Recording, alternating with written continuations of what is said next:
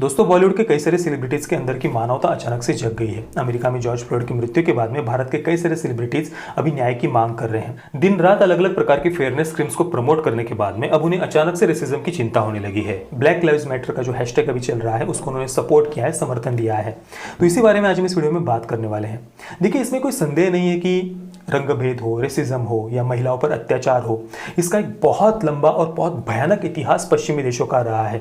इसी वजह से जब ब्रिटिश भारत में आए तो उनको बड़ा आश्चर्य हुआ यहाँ आने के बाद में कि यार ये कैसा देश है, मतलब यहाँ पर कोई रंगभेद नहीं, इतनी एकता, इतना संगठन यहाँ के लोगों में, और इनके तो सारे के सारे भगवान ही काले हैं।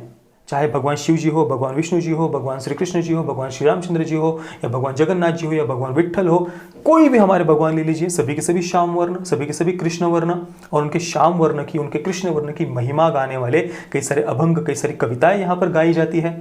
श्याम वर्ण को, कृष्ण वर्ण को, काले रंग को यहाँ पर मंगल का प्रतीक, व्यापकता का प्रतीक माना जाता है। ये कैसे लोग हैं? और महिलाओं पर अत्याचार का तो सवाल ही नहीं उठता। यहाँ की कई सारी रणरागिनियाँ, चाहे रानी अबक्का जी हो, रानी वीरू नाचियार जी हो, रानी दुर्गावती जी हो, रानी चेन्नम्मा जी हो, या जैसे कि रानी लक्ष्मीबाई जी हो, ऐसी अनगिनत रणरागिनियों ने विदेशी आक्रांताओं के दांत खट्टे किए, चाहे पुर्तगीज हो, चाहे मुगल हो, चाहे ब्रिटिश हो। और केवल ये रणरागिनियाँ नहीं, इनके साथ में रणभूमि में लाखों लाखों वीरांगनाओं ने इन विदेशी आक्रांताओं के दांत खट्टे किए हैं। तो ब्रिटिशों को बड़ा आश्चर्य हुआ कि ये कैसी भूमि है। वहां पर पश्चिमी देशों में विच हंटिंग के नाम पर लाखों लाखों महिलाओं को जिंदा जलाया जाता था, पर इस देश में आने के बाद में उनको पूरी अलग तस्वीर देखने को मिली। इतना ही नहीं, भारत की संस्कृति की रक्षा के लिए इस देश का चाहे किसी भी समाज का व्यक्ति हो, हर कोई अपने प्राण त्यागने के लिए तैयार है, हर कोई अपना शीश कटवाने के लिए तैयार है। जैसे कि संत रविदास जी, जब सिकंदर लोदी ने उनसे जबरदस्ती धर्मांतरण के लिए आग्रह किया तो संत रविदास जी ने कहा था कि वेद धर्म छोड़ो नहीं, कोशिश करो हजार, तिल तिल काटो चाहे कोदो अंग कटार, मेरे शरीर के तुम चाहे टुकड़े टुकड़े कर दो तिल की तरह छोटे छोटे, पर फिर भी मैं अपना वेद धर्म नहीं छोड़ूंगा, इस देश की संस्कृति को मैं नहीं छोड़ूंगा। या भगवान बिरसा मुंडा जी, मिशनरीज ने उन्हें ज़बरदस्ती कन्वर्ट कर दिया था बचपन में, पर बाद में फिर उन्होंने घर वापसी की सनातन संस्कृति में। उसके बाद में जो उनके अनुयायी थे, जो आदिवासी समाज है, उन्होंने उनको इस देश की संस्कृति की रक्षा का उपदेश दिया, और फिर वे आजीवन मिशनरीज के विरुद्ध लड़ते रहे। और इसी वजह से फिर ब्रिटिशों ने उन्हें जहर देकर मार दिया था। और जो आदिवासी समाज भगवान बिरसा मुंडा जी के साथ में, ब्रिटिशों के साथ में लड़ रहे थे, उनको ऐसे हजारों हजारों हमारे आदिवासी भाइयों को ब्रिटिशों ने गोलियों से भून दिया था। तो ब्रिटिशों ने देखा यार, चाहे मराठा हो, चाहे सिख हो, चाहे आदिवासी समाज हो, चाहे कोई भी हो, हर कोई इस देश की संस्कृति की रक्षा के लिए अपना बलिदान दे रहा है। तो आखिर हम इन लोगों को तोड़े तो तोड़े कैसे, इनको बांटे तो बांटे कैसे, डिवाइड कैसे करें हम। और फिर इसके बाद में ब्रिटिशों ने फिर यहाँ पर हमारे इतिहास को तोड़ना मरोड़ना शुरू किया। हमारे जो सच्चे महापुरुष थे उनके इतिहास को दबाकर झूठे आदर्श हमारे सामने उन्होंने खड़े किए, और इसके बाद में हमारे धर्म ग्रंथों का विकृतीकरण शुरू किया। उनमें उनका झूठे गलत तरीके से ट्रांसलेशन किया गया, उनमें झूठे श्लोक ऐड वगैरह करवाए गए। इसके लिए उन्होंने पूरा अलग से बोर्डन प्रोफेसर ऑफ संस्कृत का डिपार्टमेंट ऑक्सफोर्ड यूनिवर्सिटी में शुरू किया था। इस पर मैंने पूरा अलग से वीडियो बनाया हुआ है। तो ये सब उन्होंने केवल भारत को जल्दी से जल्दी कन्वर्ट करने के लिए किया था, और ये स्पष्ट रूप से लिखित ये सब बातें हैं। ब्रिटिशों का यही एकमात्र उद्देश्य था, भारत को जल्दी से जल्दी कन्वर्ट करना। तो कहने का तात्पर्य यह है कि पश्चिमी देशों में रंगभेद का, रेसिज्म का एक बहुत लंबा इतिहास रहा है। और इसी वजह से मैं हमेशा कहता हूँ कि पश्चिमी देशों के जो लेफ्ट लिबरल्स है, वे जब उनके रिलीजन को क्रिटिसाइज करते हैं, उनके देश को क्रिटिसाइज करते हैं, या उनकी आर्मी को क्रिटिसाइज करते हैं, या उनके कल्चर को या उनकी हिस्ट्री को क्रिटिसाइज करते हैं, तो इसके लिए पश्चिमी देशों के लेफ्ट लिबरल्स के पास में कुछ रीजन भी है, क्योंकि उनका इतिहास वैसा ही रहा है, उनका कल्चर वैसा ही रहा है। इस वजह से वहाँ के जो लेफ्ट लिबरल्स है, वे उनके ही देश को, उनके ही इतिहास को, उनके ही कल्चर को, उनके ही रिलीजन को क्रिटिसाइज करते हुए हमें दिखाई देते हैं। इसलिए पश्चिमी देशों में जो लिबरलाइजेशन की जो मूवमेंट है वो बहुत ज़्यादा तेज़ी से बढ़ी, क्योंकि जो नई जनरेशन थी उन्होंने देखा कि यार उनका इतिहास, क्योंकि नई जनरेशन के मन में उनके ही देश के इतिहास को लेकर, उनके ही कल्चर को लेकर, उनके ही देश को लेकर वो एक आत्मसम्मान की भावना नहीं थी। जब उन्होंने अपने ही इतिहास को पढ़ा कि यार कितना रेसिज्म से भरा हुआ उनका इतिहास रहा है, इसलिए फिर अपने ही देश को क्रिटिसाइज़ करना, अपने ही कल्चर को क्रिटिसाइज़ करना, अपनी हिस्ट्री को क्रिटिसाइज़ करना, अपनी ही रिलीजन को क्रिटिसाइज़ करना, और फिर इसके आगे फिर सेक्शुअल लिबरेशन की तरफ वो जनरेशन आगे बढ़ती गई। फिर धीरे धीरे धीरे जो लोग संस्कृति की बात करते थे, कल्चर की बात करते थे, मोरल वैल्यूज़ की बात करते थे, पारिवारिक मूल्यों की बात करते थे, उनको फिर वो जनरेशन एक ऑर्थोडॉक्स, रूढ़िवादी, घिनौनी सोच वाला, पिछड़ी सोच वाला मानने लग गई। और फिर धीरे धीरे धीरे वो जनरेशन एक प्रकार से बस भौतिक सुखों की तरफ आगे बढ़ती गई, मोरल वैल्यू से, नैतिकता से वो दूर होती गई, सेक्सुअल लिबरेशन की तरफ एक वो आगे बढ़ती गई। भले ही उनके पास में एक रीज़न था, पर जब व्यक्ति नैतिकता से दूर हो जाता है, पारिवारिक मूल्यों से दूर हो जाता है, तो उसके दुष्परिणाम भी वेस्टर्न कंट्रीज़ में आज हम देख रहे हैं, उस लिबरलाइजेशन की मूवमेंट के।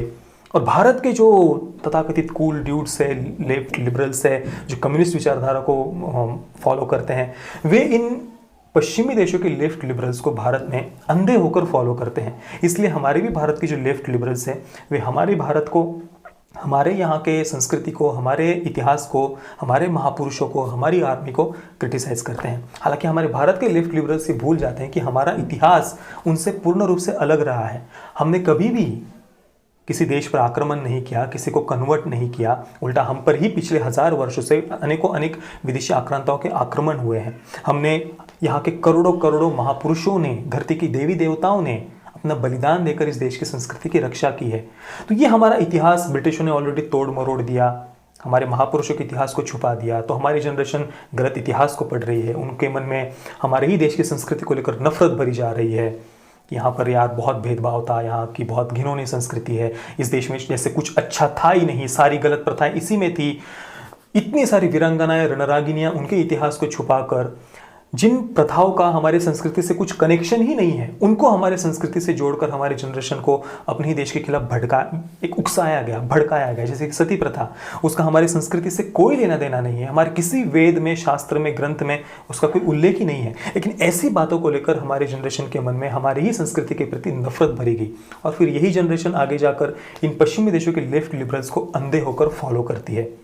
तो ये एक मुद्दा हो गया। इसके बाद में थोड़ा आगे बढ़ते हैं हम। तो ये जो रेसिज्म का ये जो मुद्दा है, रंगभेद का, अभी पश्चिमी देशों में काफ़ी कम हो गया है, नगण्य हो गया है, लेकिन अभी भी वहाँ पर इस रंगभेद की राजनीति को लेकर बहुत पॉलिटिक्स होती है, बहुत निचले स्तर पर जाकर पॉलिटिक्स होती है।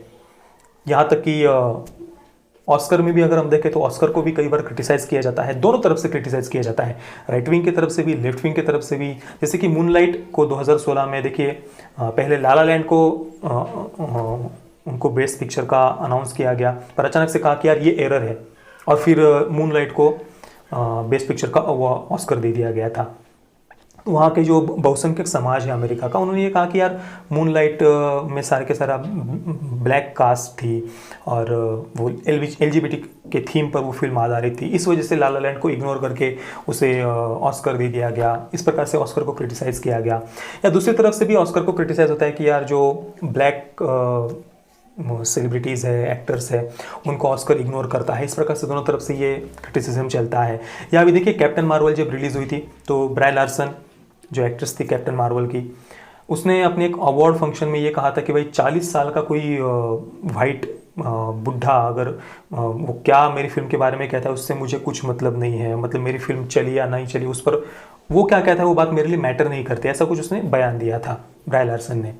तो इसके बाद में वहाँ के जो लेफ्ट लिबरल्स है, कम्युनिस्ट है, अमेरिका के लेफ्टिस्ट हैं, उन्होंने ब्राय लार्सन को बहुत सपोर्ट किया था। तो ऐसे ये जो जॉर्ज फ्लॉयड का जो ये अभी हुई है घटना, ये कोई पहली बार मतलब अमेरिका में कोई ये रंगभेद या रेसिज्म की बात हुई है, ऐसी बात नहीं है। ये हमेशा से इस प्रकार की पॉलिटिक्स चलती रही है। अल्पसंख्यक तुष्टीकरण की भी वहाँ पर पॉलिटिक्स चलती रही है। और अभी जो इलेक्शंस आने वाले हैं अमेरिका में, तो ये इलेक्शन तक यही सब चलने वाला है। अमेरिका में भी हर जगह पर पॉलिटिक्स एक जैसी ही होती है। तो वहाँ पर अभी डोनाल्ड ट्रंप को क्रिटिसाइज़ करने के लिए कुछ उनको एक कारण चाहिए था, कोई एक चेहरा चाहिए था सबके सामने रखने के लिए, तथाकथित रेजिस्टेंस के लिए, क्रांति के लिए कुछ कारण उनको चाहिए था, जो कारण उनको मिल गया है। और मैंने जैसा कि आपको कहा कि हमेशा से ही वहाँ पर होते आए, तो कई सारी फिल्मों के माध्यम से भी हम ये देख सकते हैं, जो लिबरल आइडियोलॉजी को बिलोंग करने वाले, सपोर्ट करने वाले जो फिल्म मेकर्स है, उनकी फिल्में अगर हम देखें तो वे इसी प्रकार जो ब्लैक कम्युनिटी पर कैसे अत्याचार होता है वहाँ पर या होते आया है, इस पर फिल्में बनाते हैं। जैसे कि जॉर्डन पील की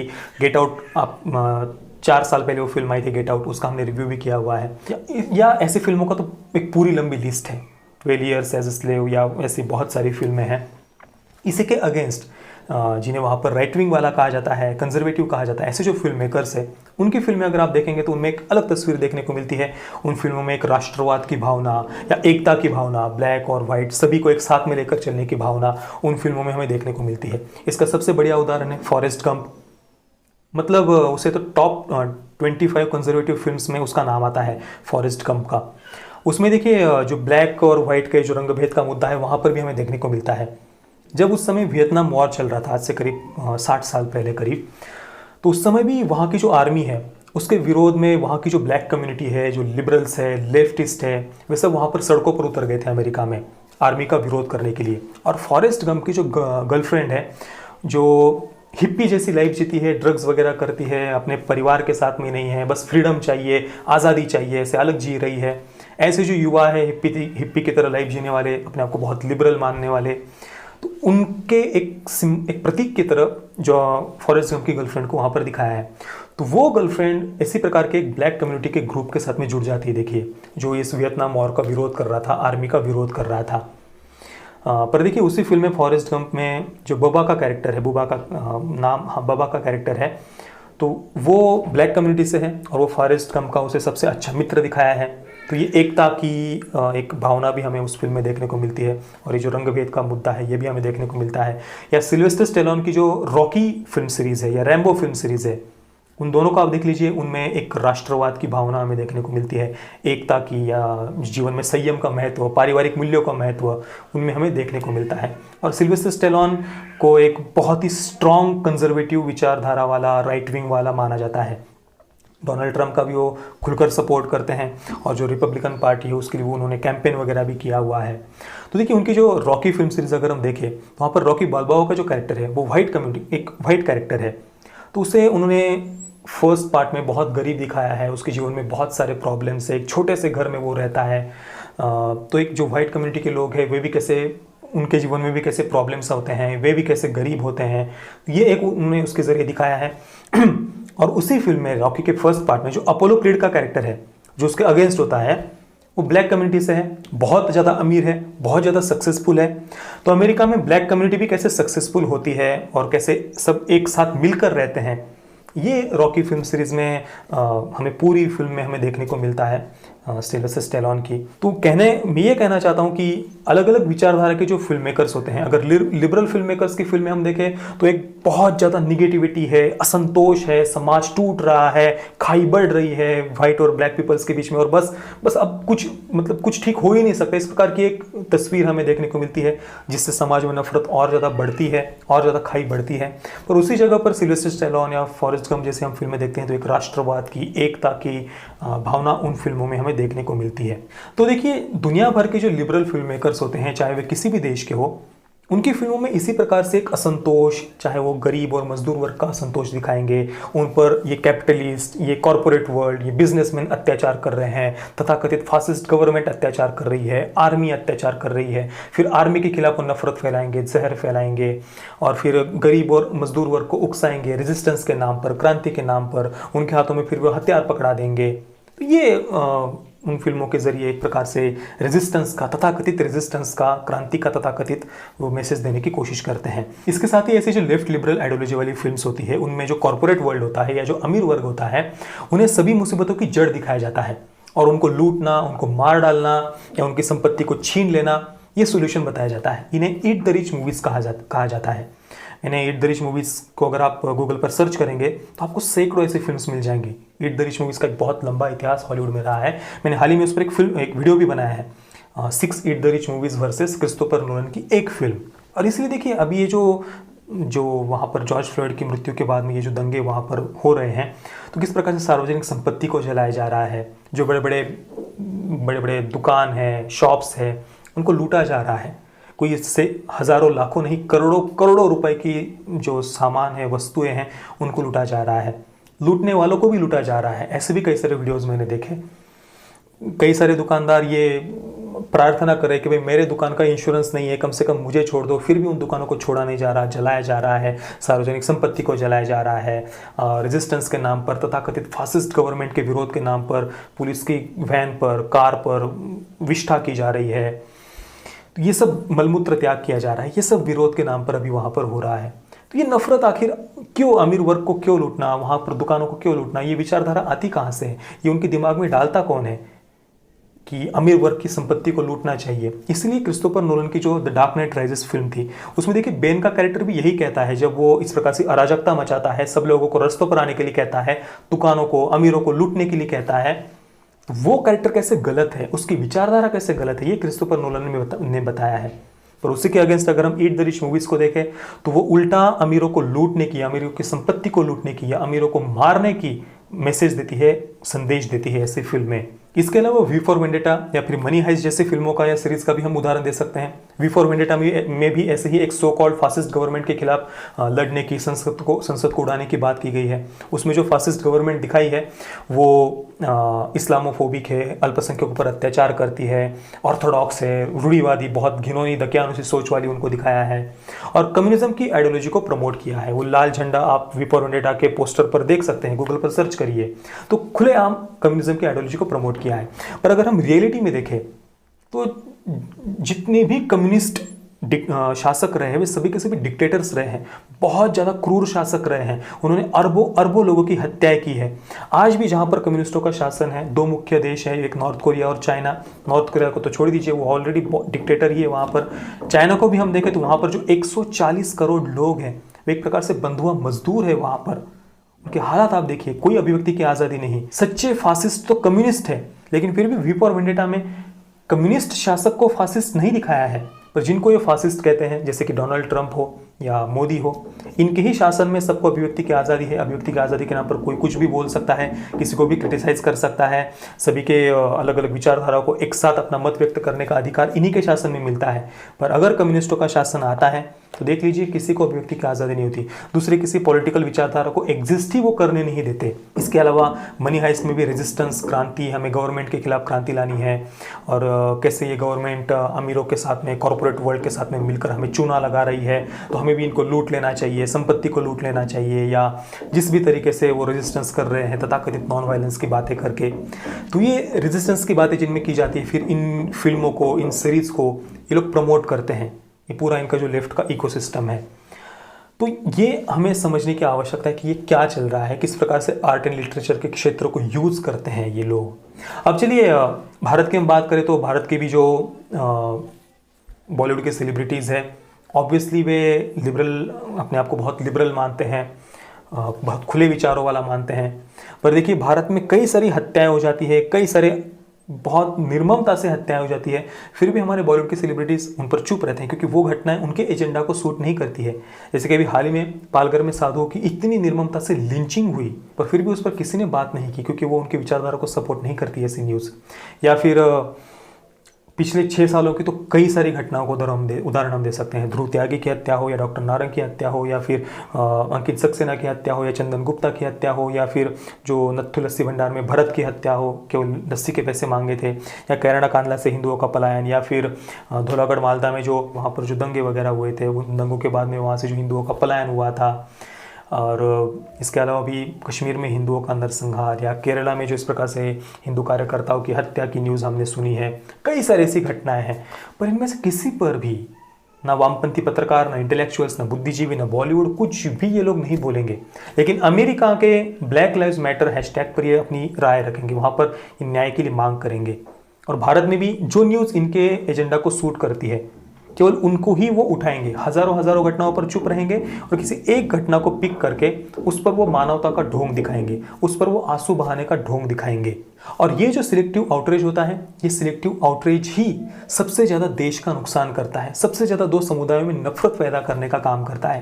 क्योंकि एक समुदाय को लगता है कि यार हमारे साथ इतनी हजारों घटनाएं होगी, पर इस पर ये लोग बात नहीं करते, और दूसरे समुदाय को लगता है कि यार देखो हम इस देश में कितने असुरक्षित हैं, क्योंकि बार बार एक ही प्रकार की घटनाओं को उनके सामने रखा जाता है, तो उन्हें उनके मन में भी एक असुरक्षितता की भावना आती है। तो इस प्रकार से सिलेक्टिव आउटरीच एक देश में एक असंतोष की, एक निराशा की, निगेटिविटी की भावना को ये लोग स्प्रेड करते हैं। और इनको तो यही चाहिए, तथाकथित रेजिस्टेंस के नाम पर लोग सड़कों पर उतरे और लोग इस प्रकार से बस विरोध करें, क्योंकि उनको तकलीफ है एक विचारधारा की गवर्नमेंट से। तो ये पूरा देखिए सब पूरी दुनिया में यही सब हो रहा है। हम कितना भी इग्नोर करें कि भाई हमें क्या मतलब है, ये लेफ्ट हो राइट हो, हमें तो किसी से कोई मतलब नहीं, हम तो बस एंटरटेनमेंट के लिए सब देखते हैं फिल्में वगैरह, हमें क्या मतलब है किसी से। हमारे सामने ये सब हो रहा है, हम केवल शुतुरमुर्ग की तरह ऐसे जमीन में सर धंसाकर बैठ जाए, तो इसका मतलब ऐसा तो नहीं कि ये सब नहीं हो रहा, ये तो हो ही रहा है हमारे सामने। तो दोस्तों, ये जो हमारे देश के बॉलीवुड के तथाकथित सेलिब्रिटीज़ हैं या तथाकथित इंटेलेक्चुअल्स है, बुद्धिजीवी है, या जो वामपंथी पत्रकार वगैरह है, ये इस प्रकार से जो दोगलापन दिखाते हैं, हिपोक्रेसी दिखाते हैं, सिलेक्टिव आउटरीच करते हैं, इस बारे में आप क्या सोचते हैं मुझे आप नीचे कमेंट में ज़रूर बताइए। जय श्री राम, वंदे मातरम।